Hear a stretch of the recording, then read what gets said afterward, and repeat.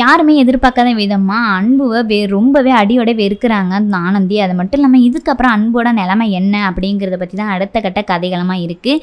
இதை தொடர்ந்து இன்னைக்கு சிங்கப்பெண்ணே சீரியலில் என்ன நடக்க போகுது அப்படிங்கிறத பற்றி தான் இந்த வீடியோவில் பார்க்க போகிறோம். வாங்க வீடியோக்குள்ளே போகலாம். ஏற்கனவே பார்த்தீங்கன்னா துளசிக்கு ஒரு லெட்டர் வந்திருந்தது இல்லையா, அந்த லெட்டரை எடுத்துகிட்டு போயிட்டு ஆனந்திக்கிட்டையும் மகேஷ்கிட்டையும் கேட்குறாங்க, இதை நீங்கள் தான் எழுதுனீங்களா அப்படின்னு சொல்லி ஆனந்திக்கிட்ட கேட்கும்போது ஆனந்தி என்ன சொல்கிறாங்க அப்படின்னா, இதை நான் எழுதலை, அது மட்டும் இல்லாமல் இதை எழுதலைன்னா கூட உனக்கும் அன்புக்கும் தான் பொருத்தமா இருக்கும், நீ அன்புவை நல்லா பார்த்துப்ப அப்படிங்கிற நம்பிக்கை எனக்கு இருக்கு, அதனால நீயே அன்பு கல்யாணம் பண்ணிக்க அப்படிங்கிற போல துளசி ரொம்பவே கன்வின்ஸ் பண்றாங்க. இருந்தாலும் துளசிக்கு ரொம்பவே குழப்பமா இருக்கு. இது வரைக்கும் ஒன்னா காதலிச்சிட்டு இருந்தாங்க, இப்ப திடீர்னு எதுக்காக இப்படி சொல்லணும் அப்படின்னு சொல்லிட்டு ரொம்பவே குழப்பமா அடைஞ்சிருக்காங்க. இதை தொடர்ந்துதான் அடுத்த கட்டமா மகேஷ் கிட்டையும் போய் கேட்கறாங்க. மகேஷ் என்ன சொல்றாரு அப்படின்னா, இதை நான் சத்தியமா எழுதல, இதை எழுதுறதுக்கு நிறைய பேர் இருக்காங்க, மித்ரா அரவிந்த் இப்படின்னு சொல்லி நிறைய பேர் இருக்காங்க, அதை தான் நம்ம கண்டுபிடிக்கணும் அப்படிங்கிற போல சொல்றாங்க.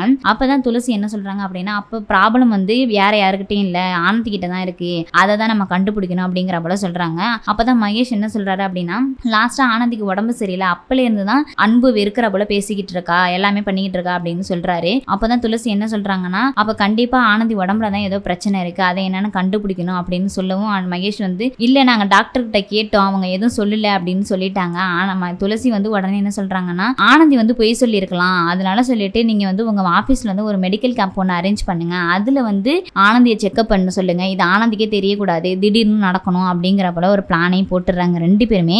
அடுத்த கட்ட திருப்பமா என்ன பண்ண போறாரு அப்படின்னா, ஆபீஸ்ல ஒரு மெடிக்கல் கேம்ப் ஒன்று அரேஞ்ச் பண்ணிடுவாரு. அந்த கேம்ப் மூலியமா தான் ஆனந்தி பத்தின எல்லா உண்மையும் தெரியும் அப்படின்னு சொல்லி எதிர்பார்க்கப்பட்டு வருது. அது மட்டும் இல்லாம மகேஷ் ஆபீஸ் போனோன்னே ரொம்பவே டென்ஷனா பேசுறாரு, ஆனந்தி எங்க போறா வரா அப்படிங்கிற ஃபுல் அப்டேட்டையும் என்கிட்ட சொல்லணும் அப்படின்னு சொல்றாரு. இதை பார்த்து அன்புக்குமே ரொம்பவே பதட்டமாயிடுது, அப்படி என்ன உண்மையை மறைக்கிற ஆனந்தி அப்படின்னு சொல்லிட்டு ஆனந்தி என்ன பண்றாங்க அப்படின்னா, இந்த விஷயம் தெரியறதுக்கு முன்னாடியே அன்பு கிட்ட நம்ம அன்பு அடியோட வெறுக்கணும், அது மட்டும் இல்லாம நம்ம பேசுற விதத்துல தான் அன்பு நம்ம கிட்டே வராத அளவுக்கு நம்ம பாத்துக்கணும் அப்படிங்கிற போல நினைச்சுக்கிட்டு அன்பு கிட்ட ரொம்பவே திட்டுறாங்க. அது மட்டும் இல்லாம பேசுறது எல்லாத்தையும் குறைச்சிட்டு வராங்க கொஞ்சம் கொஞ்சமா.